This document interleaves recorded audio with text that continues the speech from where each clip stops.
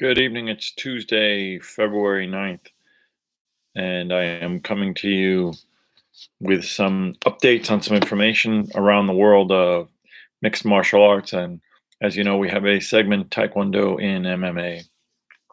My name is Marc Zirogiannis. I'm the editor-in-chief of Taekwondo Life magazine, and we sit on the press corps for Friday Night Fights, for UFC, for Bellator MMA, and for Professional Fighters League over the course of the past few years. Today was a 4 o'clock significant announcement. Bellator had promoted it quite significantly over the course of the last 2 days. The big announcement was that Bellator and Showtime have formed a partnership, both parented by the Viacom CBS network, and that for the first time, there's a major commitment from Showtime to Bellator to have all of their fights be broadcast live on their network.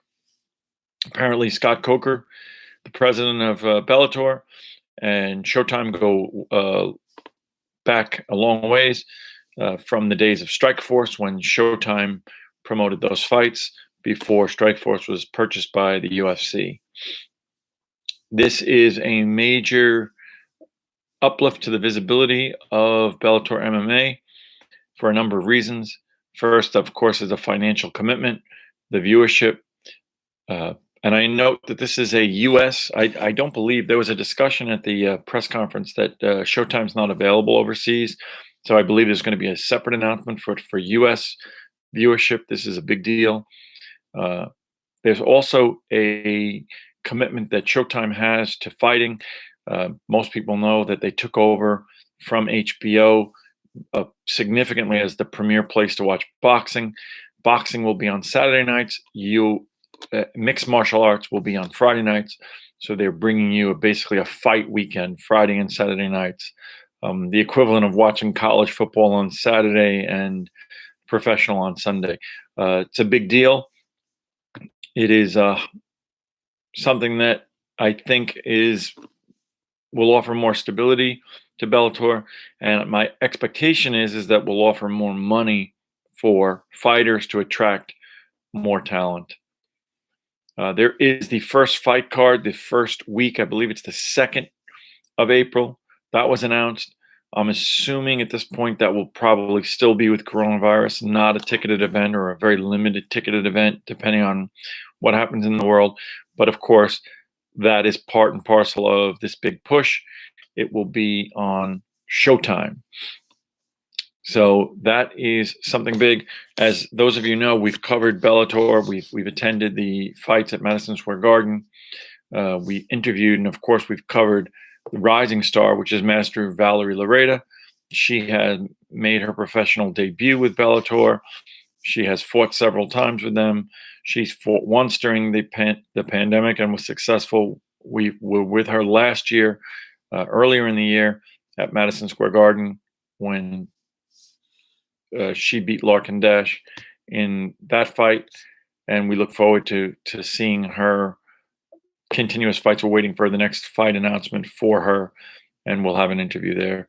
Scott Coker is a Taekwondo black belt, as well as being the president of Bellator and a martial artist and a martial arts enthusiast and a mixed martial arts enthusiast and supporter, and the former head of Strikeforce. We've reached out to the Bellator press office to see if we could get Scott for some form of an interview, and we'll keep you informed on that. Similarly, those that are familiar with Professional Fighters League, the PFL, we have been with them since day one. They have grown significantly. They gained tremendous momentum in 2019. Unfortunately, their 2020 season was canceled, of course, due to the coronavirus. But they are back for 2021, also in April. I think April 23rd will be their first event. The venue will be announced shortly. It has not been announced yet. It was previously they had early events at the Nassau Coliseum in Uniondale, Long Island, but the Coliseum's been closed under renovations, possibly not going to reopen. So I'm not sure whether or not they're planning on coming to this area for some of the preliminary bouts. The playoffs have been in Las Vegas, and the finals have been at Madison Square Garden. That's been sort of historically. For those of you that don't know the PFL is one of the only ones that runs it like a sports league. They have regular season, points are amassed. Those points are amassed depending upon uh, the nature of how you finished a fight. Did you finish the fight with a decision? Did you finish the fight with a knockout? Did you finish the fight in the first round, the second round? And based on that, points are amassed. The fighter playoff format, very much like you would see in football bracketing. Then you come down to semifinals, then the finals on New Year's Eve, and $1 million prize. This is a very fighter-friendly league. We had the opportunity to interview numbers of the fighters, and we interviewed Ray Sefo, who is a legend and a fighter, and who is the head of Fight Talent. We interviewed Alex the Spartan Nicholson, who is a Taekwondo practitioner, and we've interviewed several other professional fighters. Plus, we broadcast from their season in 2018 or 2019. They have some new talent this year. They have Rory MacDonald, who came over from Bellator. He is a significant, highly visible fighter to watch.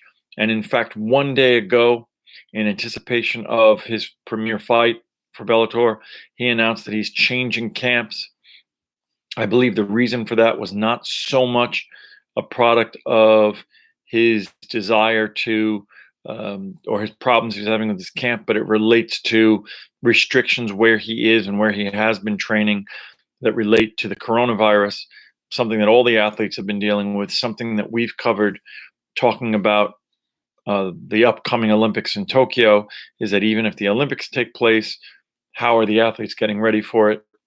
Something that we need to consider. But Rory announced that he is changing fight camps and is starting with a new camp effective immediately. Another big announcement for the PFL, one that's exciting to us, is the signing of the Korean Falcon, Jung Sung Bin, who is the first Korean athlete hired by PFL, under contract with PFL. Former UFC, fought one fight in the UFC. He did lose, but he is 9-1. So his record is still pretty outstanding. He is fighting out of Seoul, Korea. It is for our fan base, our Taekwondo base, our martial art that is based in Korea. We've had great excitement. We've followed the Korean Zombie. We've spoken with Eddie Cha, who trains the Korean Zombie over at the UFC. And we tend to look at fighters of Korean origin as well as fighters that have a Taekwondo background. So we have reached out as well to see if we could get an interview with the Korean Falcon. We'll keep you informed on all of that, plus anything interesting that's happening with the UFC. The other thing I wanted to talk about, I was going to do a separate video, but I figure it's appropriate since we're talking about fighting, is that we are now 10 days out from Floyd Mayweather-Logan Paul. As of this moment, as of before I went on this broadcast, tickets are being actively sold, and they cannot indicate that it is something that is just occurring, because they are promoting the fight heavily. They are indicating, get your tickets now, only 10 days left. They're bannering the timeline, the countdown, the biggest fight, so on and so forth. And yet we have now, more than 2 weeks ago, we were told, and we have been following, that this fight is not going to happen, that there is going to be a postponement, and that postponement was going to be 5 or 6 weeks. The only thing I can continue to say is we'll keep you informed.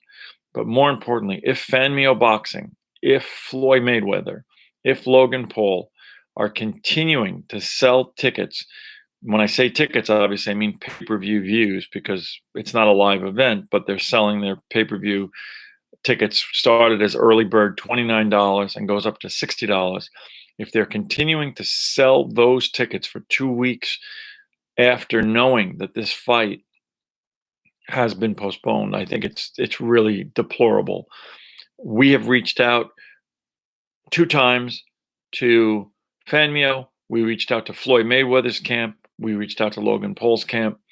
I saw that TMZ reached out to them as well with no response. But yet the rumor mill is that it is going to be postponed. We'll keep you informed on the Mayweather-Logan fight. We'll keep you informed on Bellator in April.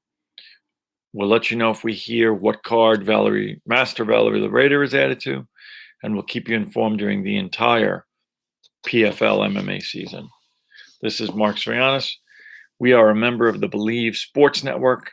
Believe is the #1 sports and podcast network for professionals. Catch us on YouTube and, of course, catch our audio everywhere that podcasts are found. Thank you and have a good night.